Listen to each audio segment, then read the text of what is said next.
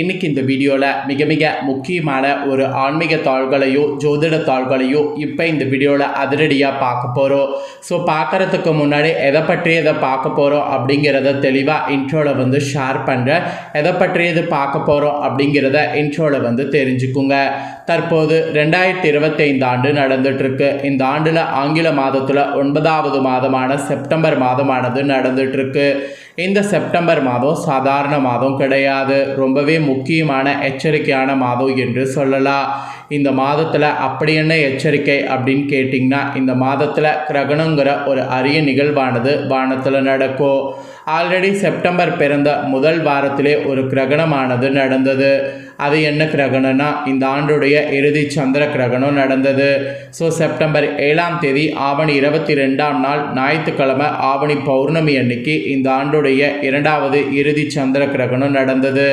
இந்த கிரகணம் நடந்து கிரகண தோஷம் முடியறதுக்குள்ளேயே அடுத்த கிரகணமானது நடக்க இருக்கு.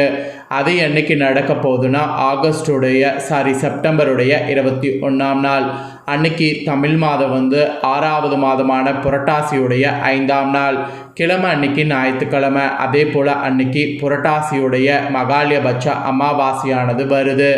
அன்னைக்கு இந்த ஆண்டுடைய இறுதி சூரிய கிரகணமானது நடக்க இருக்கு.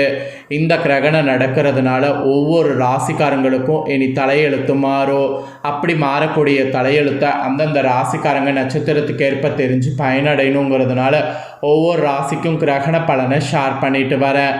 அதில் இன்றைக்கி இந்த வீடியோவில் பார்த்தீங்கன்னு வச்சுக்கோங்களேன், விருச்சிக ராசிக்காரங்களுக்கு நட்சத்திரத்துக்கு ஏற்ப ஷேர் பண்ண போகிறேன்.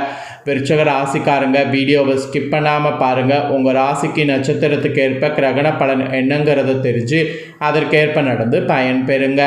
ஸோ உங்களுக்கான கிரகண பலனை தெரிஞ்சுக்கிறதுக்கு முன்னாடி சூரிய கிரகணம் நடக்கிறத பற்றி இந்த வீடியோவில் உங்களுக்கு சில தாள்களை சொல்ல போகிறேன். ஏன்னா இந்த சூரிய கிரகணம் நடக்கிறது இந்தியாவில் தெரியுமா தெரியாதா, இந்த கிரகணம் நடக்கக்கூடிய அன்னைக்கு உங்கள் ராசிக்காரங்க என்ன செய்யணும் என்ன செய்யக்கூடாது அப்படிங்கிற ஆன்மீக விஷயங்களை சொல்ல போகிறேன். முதல்ல இதை தெரிஞ்சுக்குங்க, அதுக்கப்புறம் உங்களுக்கான பலனை இந்த வீடியோவில் பார்க்கலாம். சூரிய கிரகணம் கரெக்டாக செப்டம்பர் 21ஆம் தேதி ஞாயிற்றுக்கிழமை நிகழ்கிறது. இந்த சூரிய கிரகணம் இந்தியாவில் தெரிய வாய்ப்பில்லை.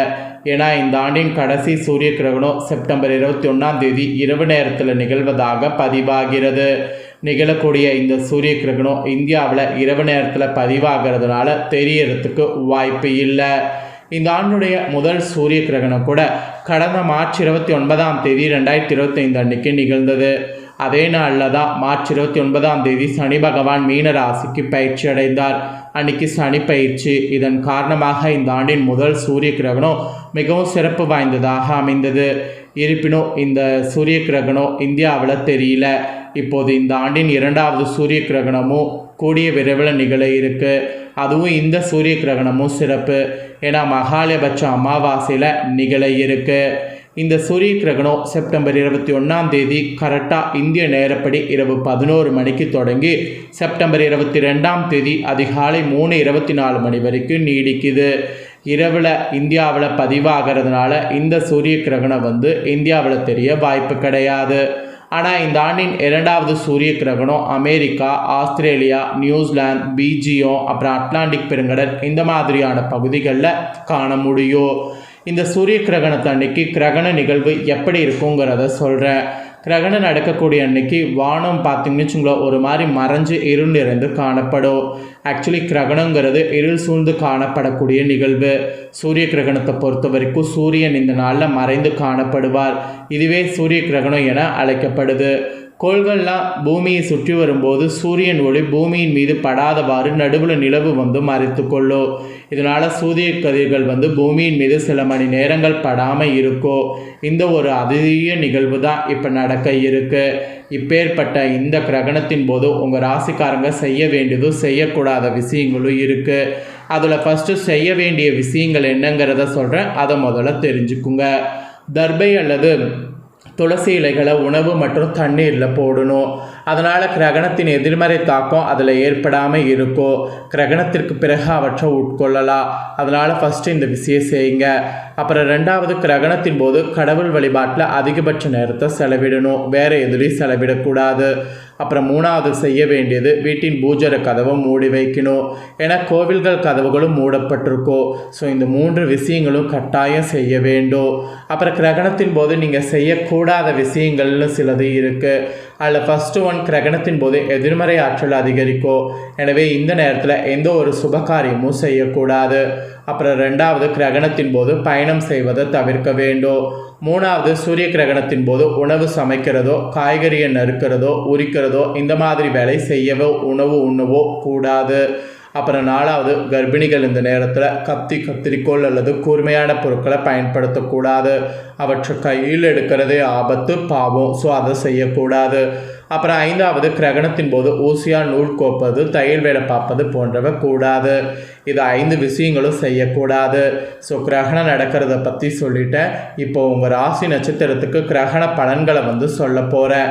ஸோ விருச்சக ராசிக்காரங்க உங்கள் நட்சத்திரத்துக்கு ஏற்ப என்ன பலன்கிறத தெரிஞ்சு அதற்கேற்ப நடந்து பலன் பெறுங்க. ஸோ விருச்சக ராசி விசாக 4ஆம் பாதத்தில் பிறந்தவங்களுக்கு ஃபஸ்ட்டு சொல்லப்பட்டிருக்கு. ஆக்சுவலி வேகமும் விவேகமும் கொண்டு நினைத்ததை சாதிக்கக்கூடிய உங்களுக்கு கிரகணத்திலிருந்து நன்மைகள் ஏற்படும். அஷ்டமஸ்தானத்தில் குரு சஞ்சரித்தாலோ அவருடைய பார்வைகள் 12, 2, 4ஆம் இடங்களில் கிடைப்பதால் விரை செலவு கட்டுப்படும். மனதில் நிம்மதி உண்டாகும். குடும்பத்தில் ஏற்பட்ட சச்சரவு விலகும். பணப்புழக்கம் இருக்கும். தாய்வழி உறவுகள் ஆதரவு கிடைக்கும். அதிசாரமாக பாகிஸ்தானத்திற்கு செல்லக்கூடிய குருவால் உங்கள் நிலையில் முன்னேற்றம் உண்டாகும். ராசிக்கு குரு பார்வை கிடைப்பதால் இதுவரை இருந்த நெருக்கடி பிரச்சனை எல்லாம் விலக ஆரம்பிக்கும். செல்வாக்கு உயரும். பட்டம் பதவி தேடி வரும். அரசியல்வாதிகளுக்கு எதிர்பார்த்த பொறுப்பு கிடைக்கும். வேலைக்காக முயற்சி செய்பவர்களுக்கு தகுதியான வேலை கிடைக்கும்.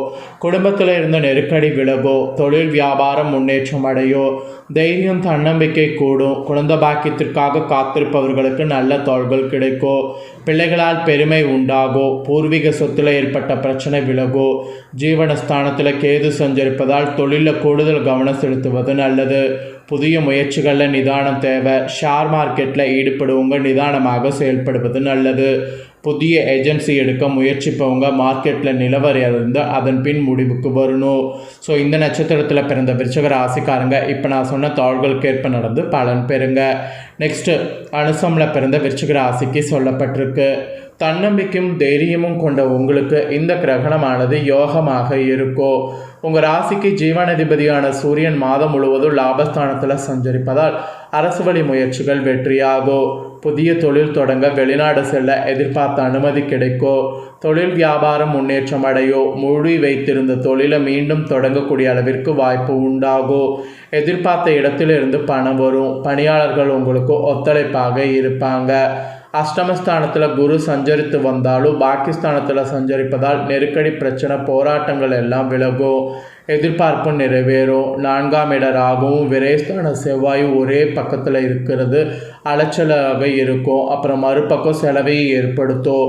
ஒவ்வொரு வேலையும் போராடி முடிக்க வேண்டியதாக இருக்கும். அரசு பணியாளர்களுக்கு கூட மேல் அதிகாரிகளுடைய ஆதரவு கிடைக்கும். எதிர்பார்த்த இடமாற்றம் பதவி உயர்வு வரும். புதிய தொழில் தொடங்க வங்கியில் கேட்ட பணம் கிடைக்கும். அதுவும் புதனும் விரயஸ்தானத்தில் சஞ்சரிப்பதால் செலவு கட்டுக்கடுங்காமல் போகும். புதிய முதலீடுகளில் அதிகபட்ச கவனம் தேவை. ஆடம்பத்திற்கு அலட்சியத்திற்கு இடம் கொடுக்காம அவசிய பணிகளில் மட்டும் கவனம் செலுத்தணும். குடும்பத்தினருடைய ஆலோசனைகளை ஏற்பது நல்லது.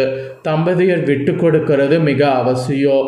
இந்த நட்சத்திரத்தில் பிறந்தவங்க இதற்கேற்ப நடந்து பலன் பெறுங்க. நெக்ஸ்ட்டு கேட்டயத்தில் பிறந்த விருச்சக ராசிக்கு சொல்லப்பட்டிருக்கு.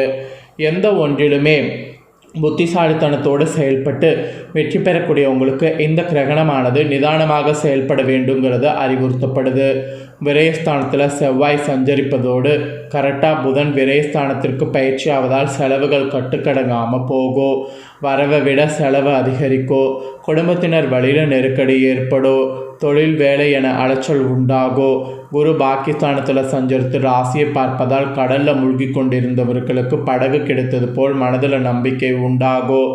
எல்லாவற்றையும் சமாளிக்கக்கூடிய அளவிற்கு உங்கள் நிலை மாறும். கடந்த கால நெருக்கடி ஒவ்வொன்றாக விலக ஆரம்பிக்கும். புதிய சொத்து வாங்கக்கூடிய முயற்சி வெற்றியாகும். திருமண வயதினருக்கு வரன் வரும். சகோதரர்கள் வழியில் உதவி கிடைக்கும். வியாபாரக்காரங்களுக்கு தொழிலாளர்கள் ஆதரவு அதிகரிக்கும். குடும்பத்தில் நிம்மதி ஏற்படும். பூர்வீக சொத்து விவகாரம் உங்களுக்கு சாதகமாகும்.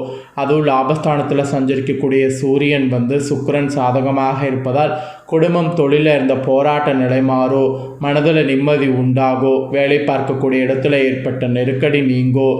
புதிய வாய்ப்பு தேடி வரும். சிறு வியாபாரிகளுக்கு எதிர்பார்த்த ஆதாயம் கிடைக்கும். தம்பதிகளுக்குள் இணக்கம் அதிகரிக்கும். ஸோ இதில் பிறந்த விருச்சிக ராசிக்காரங்களுக்கு இதற்கேற்ப நடந்துக்கணுங்கிறது குறிப்பிடப்பட்டிருக்கு. ஸோ விருச்சிக ராசிக்காரங்க உங்கள் நட்சத்திரத்துக்கேற்ப இந்த கிரகணத்திற்கு பிறகு எப்படி நடந்துக்கணுங்கிறத தெளிவாக இந்த வீடியோவில் ஷேர் பண்ணிட்டேன். ஷேர் பண்ணதை நீங்கள் தெரிஞ்சிருப்பீங்க. தெரிஞ்சதுக்கேற்ப நடந்து பயன்பெறுங்க. ஸோ இதை நீங்கள் பார்த்தது போல் உங்கள் ஃப்ரெண்ட்ஸ் ஃபேமிலியில் இருக்கிறவங்களும் பார்த்து அவங்களும் பயனடையணும் அப்படின்னு நினச்சிங்கன்னா வீடியோ லைக் பண்ணி உங்கள் ஃப்ரெண்ட்ஸ் ஃபேமிலிக்கு ஷேர் பண்ணுங்கள். உங்கள் ஃப்ரெண்ட்ஸ் ஃபேமிலியில் இருக்கிறவங்களும் விருச்சிக ராசிக்காரங்களாக இருந்தாங்கன்னா இந்த தாள்களை பார்த்து இதற்கேற்ப நடந்து பலனடையட்டும்.